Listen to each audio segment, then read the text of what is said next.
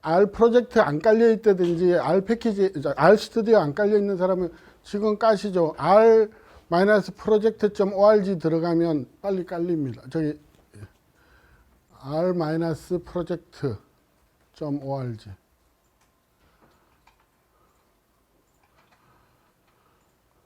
여기 보면 크랜이라는 데 들어가고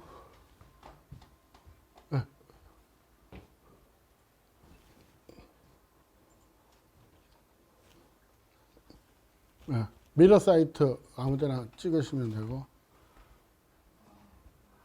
그다음에 윈도우 맥이면 맥 다운받으시면 될 것 같습니다. 강의 노트. 그래서 다운받으셔서 설치를 하시는 동안에 올려주세요. 대응 분석은 사실은 파이썬이 그렇게 주력을 하지 않는 이유는 하나입니다. 뭐냐면 이거는 데이터 시각화에 가까운 거고, 특별히 빅데이터가 필요 없습니다. 정확하게 얘기하면 이런 겁니다. 각 빈도를 가지고, 빈도의 거리를 가지고, 여러분 혹시 다차원 척도라고 아세요? 멀티 디멘셔널 스케일링이라 그래가지고 2차원 공간에다 그냥 뿌려주는 거예요. 제일 많이 나오는 게 미국에 있는 도시 간 거리, 비행 거리를 가지고 지도에 뿌려주는 게 아마 다차원 척도입니다. 이게 이제 언제 필요하냐면요, 이 대응 분석이라는 게, 대응 분석이 교차표가 3차 교차표까지 됩니다. 그러니까 3차 교차표까지 된다는 건 뭐냐면, 일반적으로 제가 예를 들어서 이게 R에 기본적으로 들어가 있는 건데, 교차표를 만들 수 있으면 이 교차표의 교차표는 항상 범주가 두 개밖에 없습니다. 한쪽은 하우스워크, 그러니까 예를 들어서 론더리 하는 거라든지, 주식은 누가 만드냐, 디너는 누가 만드냐, 아침은 누가 하냐, 타이딩은 뭐예요? 청소하는 건가? 그 다음에 디시워시는 누가 하느냐, 일들을 와이프가 하느냐, 함께 하느냐, 서로 번갈아 가느냐, 와이프가 남편이 주로 하느냐, 함께 하느냐, 이 범주를 가지고 교차표를 만들면, 이 대응 분석에 가장 많이 쓰는 게, 예를 들어서 총선이 끝나면 지역별로 후보자들, 그 다음에 시도별 득표율, 이걸 가지고 과연 김대중은 누구한테 더 많이 받느냐. 그러니까 여기에서 보면 와이프, 그 다음에 와이프가 주로 하는 일, 저녁, 아침, 빨래는 아니겠지. 빨래는 남자겠지, 그래도. 드라이빙, 리페어, 빨래까지, 론드리까지 와이프가 다 하네요. 역시 미국은 좋은 사회입니다. 남자는 운전만 하고, 리페어, 이렇게 수리하는 것만 하고, 번갈아 가는 거는 오피셜한 것들, 그 다음에 뭐, 그냥 함께 하는 것들. 이렇게 해서 그냥 이것을 2차원 공간에다 뿌려놓기만 하는 겁니다. 그렇게 해서 얻어내는 것들이죠. 근데 이게 빅데이터가 아니기 때문에 이게 지금 이제 파이썬에서는 굳이 다룰 필요가 없다고 생각해서 그런지 없습니다. 그래서 이게 아래에 있는데, 제가 7강을, 7강을 눌러주시죠. 여기에서 보면 반드시 콜앱에서 할 때는 이렇게 important R python 2 이래가지고 이 R이라는 것을 로딩을 해야 됩니다. 그렇게 해서 로딩을 하면 모든 코드의 시작을 %% R로 하면 되는데, 문제는 지금 여기에서 지금 너무나 오래 돌아가 버립니다. 그래서 여러분이 R을 설치한 사람은 저 인스톨 하는 부분, 저 패키지를 R을 한번 열어볼래요? R를 여러분들이 요 R 밑에 부분들, R 밑에 부분을 가져다가 하면, 요거 좀 크게 해봐. 크게 해봐. 줌. 이렇게 해서 그리면 요거 다시 그래프가 그대로 나옵니다. 이게 지금 빈도가 큰 것들은 이렇게 하이라이팅이 돼서 나오고 이렇게 되는 거죠. 그 다음에 이걸 줄여볼래요. 그 다음에 밑에 여기 말고 카이스케어 테스트. 보통 이제 교차표 하면 카이스케어 테스트를 많이 하잖아요. 해서 실행. 그리고 실행 한번 시켜보세요. 그러면 이렇게 피어슨 카이스키아 테스트가 나와서 P-밸류가 굉장히 유의하다. 무슨 말이냐면 집안일을 누가 하느냐는 집안일에 따라서 다 차이가 있다. 이렇게 나타나는 겁니다. 그 밑에 그래프 한번 라이브러리 밑에 그린 거. 저건 퍼센트 R만 빼고 나머지 것들을 다 가져다가 여기서 해버리면 그냥 그대로 나와버리게 됩니다. 예. 요게 지금 아까 제가 얘기했던 이해창 그겁니다. 요거 그대로 카피 한 번만. 그 다음에 여기도 똑같이 실행시켜봐. 되네. 내려가.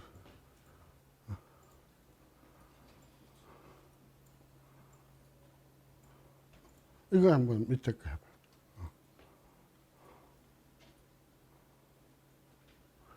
이게 지금 돼요?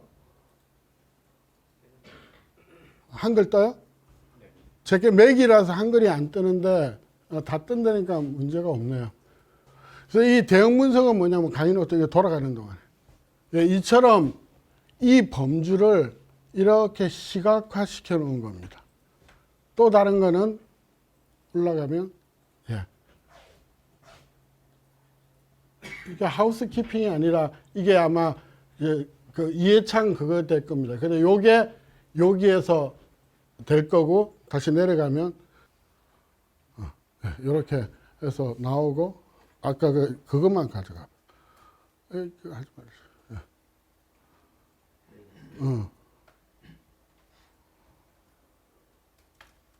그래서 요 교차표를 여기가 아마 밑에가 뭐야? 올라가 봐. 여기가 이해창이니까 여기가 후보자고 여기가 지역인다. 여기 올라가 봐. 여기를 잘못 썼어, 여기. X가 지금 뭐냐 하면, 뭐야? 메인이 후보자 지역별 그거. 후보자, 지역별 후보자 득표수. 그리고 X가 지금 이쪽이 후보자 명, Y 레이블이 뭐야? 득표수. 지역. 시도, 지역이 이렇게 되죠. 그래서 요렇게 됐는데, 눌러주세요. 그 다음에 똑같이 눌러서 올려줘. 요거를 그래프로 표시하면, 전체적으로 오늘 한 내용을 좀 정리를 해보겠습니다. 여러분들이 사실 이 결정 트리도 디시전 트리라고 많이 하잖아요. 이게 제일 많이 결정 트리 본 거는 올려주세요. 더 올려주세요.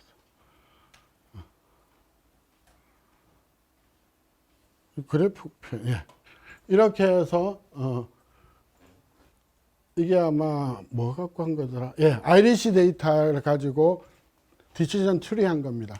그래서 여러분들이 지금 디시전 트리는 하이라키칼하게, 그러니까 제일 주요 변수부터 하나씩 그러니까 로지스틱 판별 분석하고 디시전 트리하고 다른 게 뭐냐면 로지스틱 판별 분석은 판별을 할 수 있는 변수를 다 집어넣는 반면에 여기에 있는 그 디시전 트리는 뭐냐면 하이라키칼하게 들어갑니다. 제일 중요한 거 하나 먼저 집어넣고 그 다음 중요한 거, 그 다음 중요한 거 이렇게 해서 오분류표를 계속 해 나가는 거죠. 그래서 아마 디시전 트리, 의사결정 나무를 보면 제일 많이 나와 있는 게 아까도 얘기했듯이 타이타닉 데이터입니다. 이거는 이제 타이타닉 데이터 대신에 제가 아이리시 데이터 갖고 한번 해본 건데 이렇게 하려면 모든 것들이 다 뭐가 있어야 되냐면 순서형이어야 됩니다. 그러니까 지금 그 판별 분석을 할 때든 모든 거리는 전부 뭘 갖고 판단하는 거냐 하면 피처 방법하고 로지스틱 판별 분석은 전부 순서형까지는 되지만 추리 어널리시스는 괜찮습니다. 번지형도 됩니다. 이게 왜 그러냐 하면 이게 남자 여자가 영향을 더 많이 미치느냐 그래서 클래스 변수까지도 다 됩니다. 근데 그래서 디시전 트리는 장점은 있지만 단점은 뭐냐 하면 중요한 변수들이 먼저 들어가 버려서 전체가 잘 이용 안 된다는 그런 단점은 있습니다. 요게 이제 디시전 트리, 그러니까 판별 분석의 큰 가지로 보면 피셔나 로지스틱의 판별 분석 하는 것 하나 이제 디시전 트리처럼 범지형까지 되는 것들 하나로 이렇게 보시면 됩니다. 그래서 범주형이 있는 것들은 그냥 디시전 판별 분석밖에는 안 됩니다. 그러니까 아까 제가 쓴 피셔나 로지스 판별 분석은 전부 X들이 판별할 수 있는 변수들이 전부 순서형 이상은 돼야 된다는 것을 다시 한번 강의 노트 한번 들어가 봐 주세요.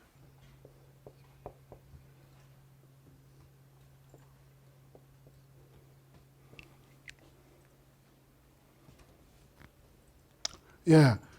지금 전체적으로 빅데이터가 되면서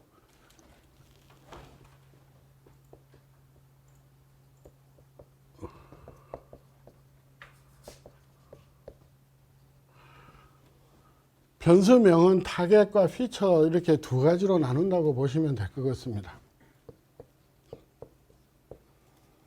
N도 크고 P도 큽니다. P는 서브젝트에 대한 얘기고 베리어블에 대한 얘기입니다. 자, 이렇게 놓고 본다면 이 데이터 사이즈가 워낙 크기 때문에 줄이자는 겁니다. 그러니까 줄이는 방법은 P를 줄이는 방법. 그 다음에 N을 줄이는 방법. N은 사실은 줄이는 건 아닙니다. N은 그냥 어떻게 하느냐 하면 그룹핑 하는 겁니다. 그러니까 클래시피케이션이죠. 기본적으로. 분류.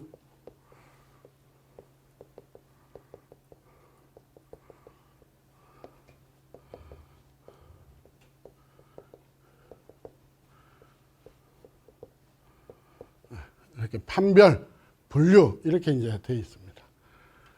자, P를 리디스트 하는 방법은 결론적으로 리디스트 하는 방법은 유사하다, similarity. 결론적으로는 그룹핑을 하든 개체에 대한 개체를 묶든 P를 하든 전부 similarity입니다. 그러면 변수의 유사성은 뭘로 판단할 거냐? 결론적으로는 상관 분석, 상관 행렬 밖에는 없습니다. 상관계수 또는 공분산 행렬. 상관계수하고 공분산하고는 같은 개념인데 상관은 표준화시켰다고 생각하면 되는 거고 공분산은 원래 값을 제대로 가져가는 겁니다. 그런데 원래대로 하면 공분산 행렬이 정확한 겁니다. 왜냐하면 상관계수 행렬을 구해버리면 0하고 1로 표준화를 시켜버리기 때문에 뭐가 사라져버리냐면 변동이 전부 0하고 1로 맞춰져 버리게 되는 거예요. 불합리성이 생깁니다. 그래서 보통은 공분산 행렬을 이용하되 그 대신 단위에 문제가 생길 수 있으니까 센터링만 하시면 됩니다. 그래서 일단은 빅데이터에 들어오면 데이터는 센터링을 하신다고 생각하면 됩니다. 물론 데이터의 단위가 크게 차이가 없는 경우에는 그냥 공분산 행렬을 그대로 쓰시면 됩니다. 그러면 이 공분산 행렬을 이용을 해서 줄일 수 있는 방법은 제일 많이 쓰는 게 PCA 방법입니다. 이 방법이 가장 유용하게 되는 겁니다. 왜? 일단은 PCA 방법에는 PCA라는 거에는 뭐가 다 들어가 있냐면 모든 변수의 변동이 사실은 다 들어가 있기는 합니다. 그 대신 완벽하게 그러니까 추기하기 위해서 80% 룰만 하면 되는 겁니다. 우리가 아까 경기 능력 17개 데이터를 변동, 공분산 행렬을 가지고 주성분을 구해봤더니 80% 룰에 의하면 6개면 되더라는 겁니다. 이 6개를 이용을 해서 데이터를 여러 가지 뭐 예측 모형을 해본다든지 회귀 분석을 해보니까 아까 상관계수가 타겟 변수 Y한테 유용한 6개를 고른 그러니까 상관계수 높은 놈 6개를 고른 것보다 훨씬 더 얘가 좋더라는 겁니다. 당연하죠. 왜? 여기에는 뭐가 없으니까 16개 정보도 들어가 있을 뿐만 아니라 각자는 완벽하게 독립된 정보를 가지고 있다는 겁니다.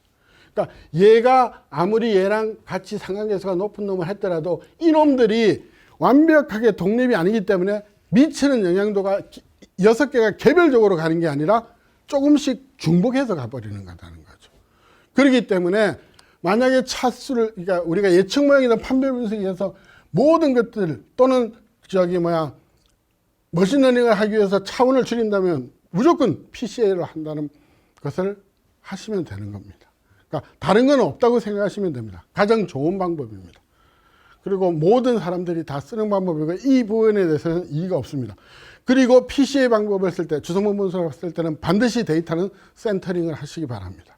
그러니까 저는 상관계수 행렬은 권하지 않습니다. 그래서 센터링을 하시기 바랍니다. 자, 근데 문제는 PCA 방법이 끝나는 방법이 아니라는 겁니다. 중앙에 이렇게 프라이머리 우선적으로 해야 되는 하나의 분석 방법이라는 거죠. 빅데이터에서는. 그 다음에 이것을 이용해서 뭐를 할 거냐는 겁니다. 무엇을 할 거냐. 머신러닝을 할 것이냐. 아니면 판별을 할 것이냐. 이렇게 되는 거죠. 그러니까 피셔의 판별 분석도 데이터를 이런 걸 끄집어내서 이것을 가지고 판별을 할 수도 있습니다. 그게 더 나을 거라는 거죠. 그렇지만 일반적으로 판별할 때는 크게 이제 두 가지 방법이 있습니다. 피셔 방법이 있을 거고 또 하나는 로지스틱 방법이 있을 겁니다. 그런데 이 두 개의 약점은 뭡니까? Y가 이진형이든지 그다음에 순서형만 되는 겁니다. 그건 당연하겠죠. 그렇지만 이것들은 또 X가 모두 순서형이어야 됩니다. 그렇지만 이게 순서형이 아닐 때는 무슨 판별 분석이 있다고요? 그게 이제 디시전 트리입니다. 아까 제가 잠시 설명했던 의사결정 나무. 이것들은 범정이라야 됩니다. 근데 이제 의사결정 나무는 약점이 뭐냐 하면 하나씩 들어갑니다. 제일 영향을 많이 미치는 거, 그 다음 영향을 미치는 거 이렇게 해서 들어가기 때문에 그러니까 전체를 다 놓고 판별하지는 못합니다. 그래서 디시전 트리에서 여러분들이 그 타임스타닝 데이터를 가지고 피셔 방법, 로지스틱 방법, 디스크리미넌트 방법을 디시전 트리 방법을 써보면 제일 잘 맞는 게 디시전 트리 방법입니다. 왜 그러냐면 여기에는 그거를 못 씁니다. 이게 지금 타이타닉 데이터를 보면 그 덱이 나눠져 있습니다. 어떤 덱, 좀 비싼 덱, 뭐 로우 덱, 어퍼 덱 이렇게 나눠져 있거든요. 그런 범정 변수를 여기는 쓸 수가 없게 되어 있습니다. 여기에서는. 그래서 여기는 쓸 수 있는 변수가 좀 더 많죠. 그렇기 때문에 사실은 예측력에서 보면 이게 더 좋을 수도 있습니다. 디시전 트리 방법이. 그래서 약간은 이제 하이라키칼, 그러니까 동시에 고려 못하는 단점 때문에 크게 많이 쓰이지는 않지만 궁극적으로는 범정 변수까지 이제 할 때는 이것도 나쁜 방법이 아니라는 거고, 만약에 판별 분석으로 가지고 하나만 선택한다면 저는 무조건 로지스틱 방법입니다. 가장 안전한 방법이고, 그 다음에 그러면 이거 할 때 범지형은 어떻게 쓸 거냐? 로지스틱 변수에는 범지형은 제일 이제 원래는 이게 하면 되게 복잡해지긴 하지만 예전에 아마 여러분들이 써봤을지 알지만 선형 모형이든 뭐든 범정 변수 넣을 때 어떻게 넣습니까? 무슨 변수 넣습니까? 더미 변수로 넣죠. 0, 1, 0, 1. 예를 들어서 서울, 경기, 기타 이 X 변수가 이렇게 돼 있으면 더미 변수 D1, D2 범주가 두 개면 D1, D2를 10, 01, 01이죠. 이렇게 해서 세 개의 그룹으로 나눠서 이걸 가지고 강제로 숫자처럼 써도 상관은 없습니다. 그러려면 범정 변수가 한두 개면 괜찮은데 하나라도 범죄 수준이 많으면 되는데 시도 같은 경우는 이걸 다 넣기는 좀 그렇긴 하죠. 그렇지만 시도까지는 17개 시도는 먹습니다. 왜냐하면 데이터도 괜찮고 사실 크게 문제는 없습니다. 그리고 오즈 레이셔까지 나오고 이렇게 해서 크게 문제가 없기 때문에 그러니까 범정 변수 한두 개까지는 크게 여러분들이 고민 안 하셔도 될 것은, 이게 또 로지스틱 판별 분석이 좋은 게 뭐냐면 시도를 넣었을 때 오즈 레이셔가 나오잖아요. 이게 각각 예를 들어 제일 밑에 뭐 서울을 기준으로 쭉 나왔을 때 이게 그룹핑이 가능합니다. 그러니까 유사한 그룹들끼리 지역끼리 이렇게 해서 그룹핑해서 줄일 수 있다. 그러니까 결론적으로 이 범정 변수가 들어가게 되면 사람의 손을 좀 많이 타야 되는 것이 있습니다. 그러니까 제일 좋은 거는 범정 변수를 할 때 Y랑 먼저 단독으로 범정 변수를 먼저 한번 스크린을 하셔서 먼저 GL행 방법을 쓰든지 해서 그룹핑을 해버리세요. 그런 다음에 범주의 개수를 줄여버린 다음에 집어넣어서 버리면 더미 변수를 집어넣으면 됩니다. 그렇게 되면 훨씬 더 안전하고 좋은 판별 분석 모형을 얻을 수 있습니다. 그러니까 어떻게 보면 아까 제가 이제 서두에 통계는 아트라고 얘기한 게 바로 그것 때문에 그랬습니다. 원래 똑똑한 놈들은 열심히 한 번만 해도 좋은 작품을 만듭니다. 그렇지만 약간 탤런트가 모자더라도 다양한 물감을 써보고 다양한 시도하고 오래 들여다보고 오래 그리는 사람이 더 좋은 작품을 만들 수도 있다는 겁니다. 그럼 빨리 만드느냐 늦게 만드느냐가 중요한 게 아니라 하나의 자기의 작품을 만들어낼 수 있느냐는 겁니다. 그러려면 여러분들이 궁극적으로 이게 남의 이제 예를 들어서 남이라 그러면 좀 웃긴다. 여러분들이 파이썬이든 어디든 그 데이터를 가져다가 실습하는 건 아무런 의미가 없습니다. 내가 여러분이 현장에서 여러분이 필드에서 하던 데이터를 딱 가지고 온 다음에 이건 뭘 하지? 그러면 판별 분석이다 또는 변수 취각이다. 이러면 그때부터 거기에 맞는 걸 해서 집어넣기 시작을 하는 겁니다. 그리고 하다가 모르면 전문가들한테 물어보든지 여러분들 일반적으로 그 올려놓는 강의 노트들을 보면요. 생각보다 얻을 정보가 별로 없습니다. 왜? 아는 정보만 올려놓지 중요한 정보는 정말로 고수들은 거기 올릴 시간이 없어요. 그럼 뭐 그짓하고 있어. 내가 해서 내가 원하는 거 하기도 바쁜데. 그러니까 저같이 예를 들어서 강의를 학생들한테 강의를 하기 위해서 강의 노트를 올리는 것 아니면 굳이 그렇게 할 필요는 없잖아요. 그래서 여러분들이 지금 아까도 말씀드렸듯이 일단은 제일 중요한 거는 여러분들이 뭘 하고 싶은 거를 딱 정해놓고 나면 거기 이게 판별 분석이다 또는 아까 군집 분석이다 예측 모형이다 이런 것만 하고 나면 그 다음부터는 이제 하나씩 가면서 해결하시면 됩니다. 가다가 안 되면 제 홈페이지 앞에 들어와 주세요. 제일 앞에 눌러줘요. 우퍼페이. 여기 보면 통계 Q&A 구글 제가 그룹스에서 무료 상담을 해드립니다. 가능하면 24시간 안에 제가 답을 해드립니다. 모르면 뭐 가끔 쌩까는 경우도 있지만 그렇지 않은 경우에는 여기 해줍니다. 그래서 여기에서 계속 했는데 이게 처음에는 게시판을 운영했는데 게시판에는 쓸데없는 글도 많이 올라오고 이래서 저기 무료 상담 게시판이 있습니다. 그래서 저기 들어오셔서 조금 여러분들이 좀 뭐 해주셔도 크게 무리 없이 될 것 같습니다. 그 다음에 어차피 제가 여러분들하고 이제 이런 강의로서 인연을 맺었고 뭐 이러니까 여러분들이 특별한 것 없으면 제 메일로라도 T아카데미 뭐 제 수업 들었습니다. 이런 것들은 어떻게 하면 될까요? 이러면 제가 무료 AS도 해드리겠습니다. 그래서 여러분들이 그걸 보면서 조금 하면 크게 문제 없지 않을까 싶습니다. 그래서 지금 빅데이터 한번 눌러봐 주세요. 여기서 지금 파이썬에 관계된 것들, 파이썬은 되게 좋은 점이 뭐냐면 조금만 내려주세요.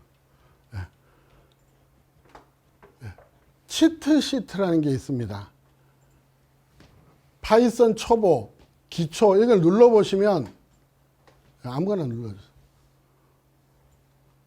이렇게 정확하게 뭘 하고 싶은지 다 되어 있습니다.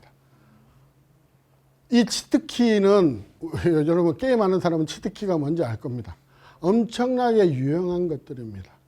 그래서 아까 제가 말씀드린 것들은 파이썬을 배우고 여러분의 필드 데이터를 적용하지 말고 여러분이 필드 적용 데이터를 하면서 파이썬을 그냥 적용만 끼워 맞추기만 하면 됩니다. 이렇게 잘 되어 있습니다. 이게 이제 크리티컬한 부분은 아까 제일 중요한 거는 아까 전 처리하는 부분이 굉장히 이제 어렵고 처음에는 제가 부딪히지만 우리가 딱 그런 겁니다. 모든 거 다 할 필요 없잖아요. 내 거만 내가 할 수 있으면 돼요. 내 데이터 불러다가 내가 원하는 분석을 하든지 그래프만 그려놓으면 되죠. 그러니까 한두 개 그래프를 그려놓으면 여러분이 엑셀에서 하는 그래프들을 여기서 한번 그려보세요. 그러면 엑셀 그 딱 올려놓고 딱 가져와서 딱 하나 누르면 나중에 코드만 바꾸면 다 되잖아요. 그러니까 제가 여기서 있는 모든 제 작업한 것들 여기 다 올려놓습니다. 거기 안에는 지금 텍스트까지 다 들어있고 이러기 때문에 그렇습니다. 또 하나는 이 지금 구글 콜앱이 여기 쉐어드 위드미 한번 눌러보실래요? 예, 지금 포트폴리오라든지 몽키 클래시피케이션 이게 이제 지금 우리 조교가 자기가 프로그램 해놓은 건데 저게 쉐어가 됩니다. 서로 아는 사람끼리 코어 하는 사람들끼리. 그렇기 때문에 이게 이제 혼자서 할 수 없는 부분들을 서로 할 수 있게끔 모든 것들이 다 되어 있습니다. 그래서 일단은 제가 생각에는 통계를 잘하는 방법은 이게 뭐 빅데이터도 같은 포함해서 분석을 잘할 수 있는 방법은 먼저 시작을 하는 것입니다. 제가 제일 좋아하는 말이 세스에 보면 experience is the best teacher라는 게 있습니다. 프로그램이든 분석이든 경험이 최고입니다. 그게 예전에는 그냥 프로그램 경험이 최고였다면 지금은 필드의 경험이 더 중요한 시대가 됩니다. 빅데이터에서는. 그러니까 통계학자가 할 일이 생각보다 많이 없습니다. 이제는. 저게 무슨 통계가 더 들어가고 들어갈 게 어디 있어요. 저 그래프 그리는데 시각하는데 통계학가 무슨 필요가 있냐고요. 통계학자는 계속 P-밸류 얘기해서 자꾸 이러는 건데. 아니 우리는 예측만 잘하면 되는데 뭐가. 그래서 전혀 이런 모든 것들이 이제 바뀌었다고 생각하시면 될 것 같습니다.